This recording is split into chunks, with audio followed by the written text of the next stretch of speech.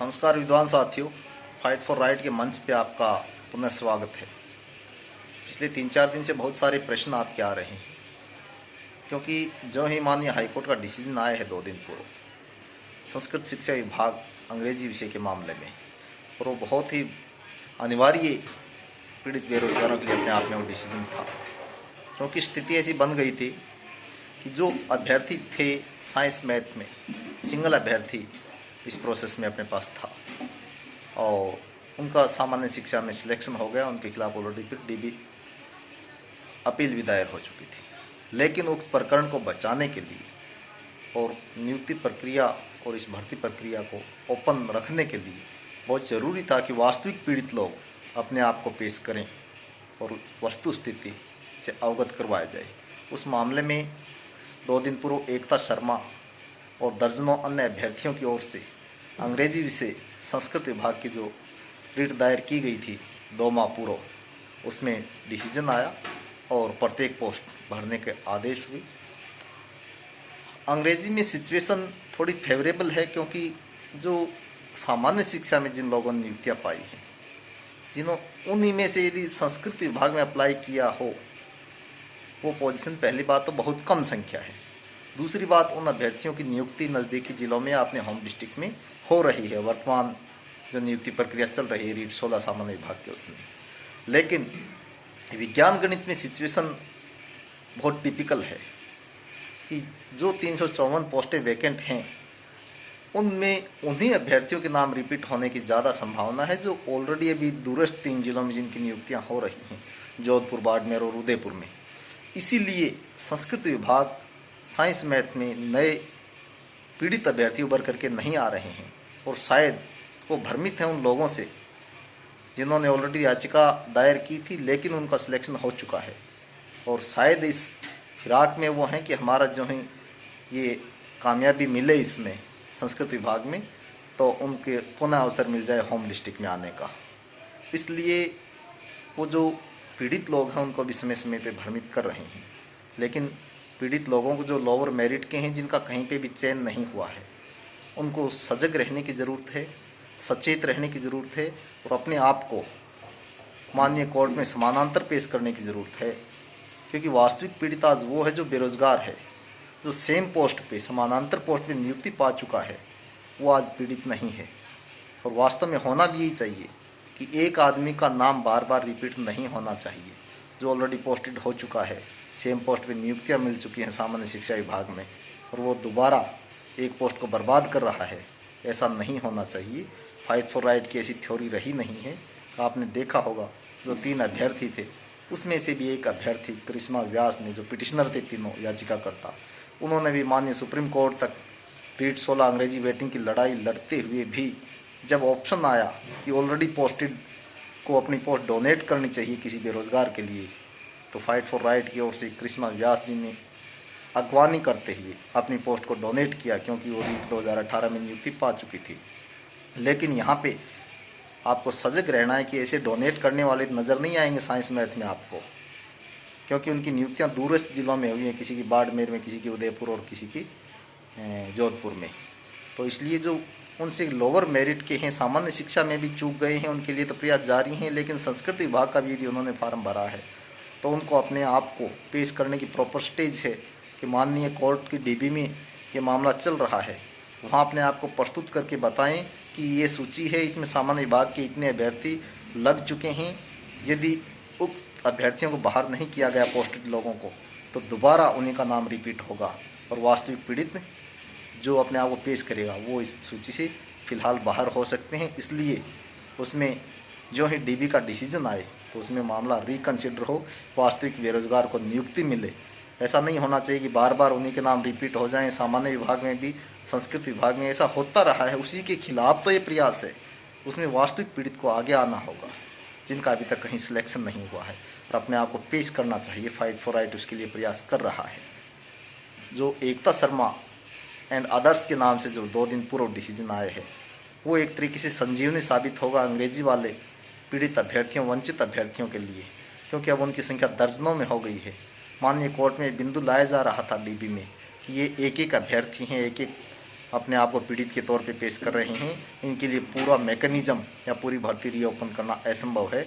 उस बिंदु से आपको निजात मिल गया है अंग्रेजी विषय के अभ्यर्थियों को। लेकिन संस्कृत में आज भी स्थिति, इसमें साइंस मैथ में आज भी स्थिति वैसी की वैसी बनी हुई है संस्कृत विभाग वाली भर्ती में। इसके अलावा रीट 2016 अंग्रेजी में जो 27 ज़िले मिले थे अलग अलग डिस्ट्रिक्ट में, बाहरी डिग्री को लेकर के कुछ ज़िलों में दिक्कतें थी, सभी जगह ऑलमोस्ट टीमें भेज दी गई हैं डिग्री वेरिफिकेशन के लिए। और इसके अलावा पत्र व्यवहार के द्वारा भी वेरिफिकेशन हो रही हैं। अगले हफ्ते में आपको उनका प्रमाण मिलेगा और आप नियुक्ति की तरफ बढ़ोगे। फिर भी यदि किसी डिस्ट्रिक्ट में अभी तक ये प्रोसेस शुरू नहीं हुआ है और आप उसके बारे में आपको पता है कि ये प्रोसेस नहीं हुआ, तो ज़रूर आप अवगत उससे करवाएँ, उसका भी प्रयास किया जाएगा। आज के दिन भी बहुत सारे अभ्यर्थियों ने जालौर डिस्ट्रिक्ट में और अन्य डिस्ट्रिक्ट में ज्वाइन ली है फाइट फॉर राइट के संघर्ष के दम पे। उन सभी अभ्यर्थियों को बहुत बहुत बधाइयाँ। इसके अलावा DOB प्रकरण 18L1 के अभ्यर्थी भी पहुँचे, उनके लिए भी प्रयास होगा। एक बड़ी अपडेट, कॉलेज शिक्षा में जो लाइब्रेरियन की पोस्ट हैं, पुस्तकालय अध्यक्ष वगैरह जो भी यहाँ जिस नाम से आपके स्टेट में इसको जानते हैं,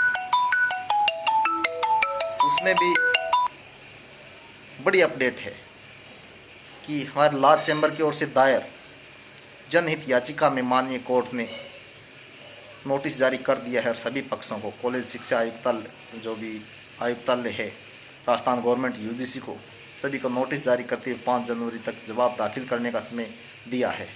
बहुत रोचक पहलू है कि 1992 से लेकर के आज तक प्रदेश के सरकारी कॉलेज में एक बार भी लाइब्रेरियन की भर्ती नहीं हुई है पिछले 30 सालों में, जबकि जो सैंक्शन पोस्ट हैं स्वीकृत 274 पोस्ट में से 247 पोस्टें वैकेंट पड़ी हुई हैं। पहले जो कार्मिक इन पोस्टों पे कार्यरत थे वो रिटायरमेंट हो चुका है उनका, बावजूद इसके नई भर्तियां नहीं निकाली जा रही हैं। इसमें फाइट फॉर राइट की ओर से व्यापक प्रयास करते हुए जो जनहित याचिका दायर की गई है, आदरणीय हमारे एडवोकेट साथी सुशील जी बिश्नोई की मजबूत पैरवी की वजह से 2 दिन पूर्व राजस्थान हाई कोर्ट की खंडपीठ ने नोटिस जारी करते हुए सभी से जवाब तलब किया है, सभी पार्टियों से। और उम्मीद है कि बहुत जल्द लाइब्रेरियन की जो भर्ती है कॉलेज लेवल पे वो ओपन होगी और पात्र बेरोजगारों को उसमें मौका मिलेगा। इसके अलावा आपके जो अलग अलग प्रकरण थे L1 क्वेश्चन चैलेंज को लेकर के, उसके लिए भी प्रोसेस, लीगल प्रोसेस जारी है।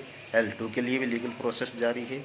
आगे जो भी माननीय कोर्ट का जो भी नज़रिया होगा उसके हिसाब से उसके अंदर आगे प्रोग्रेस आपको नज़र आएगी। तो जो क्वेश्चन आपको ये जो संस्कृत विभाग अंग्रेजी के और साइंस मैथ के रिगार्डिंग आ रहे थे वो आपको इसमें जवाब आपको मिल गया है। इसके अलावा वंचित अभ्यर्थी जो थोड़े थोड़े मार्जिन से चूके हैं, उसमें एक क्राइटेरिया फाइट फॉर राइट की ओर से तय किया गया था कि अंग्रेजी में जो 0.20 यानी 0.20 और साइंस मैथ में 0.70 यानी 0.70 से जो बेरोजगार चूके हैं, पोस्टें वैकेंट है करीब 200 के करीब अंग्रेजी में सामान्य शिक्षा में रीट भर्ती 2016 में और 350 के करीब साइंस मैथ में, उसके लिए जो लीगल प्रोसेस के तहत जो प्रक्रिया अपनानी थी वो नेक्स्ट वीक में आपको उसके ऊपर स्पष्ट नज़र आएगा कि कब हियरिंग है और आगे क्या प्रोसेस उसमें होगा। लीगल प्रोसेस उसमें अपनाया जा चुका है।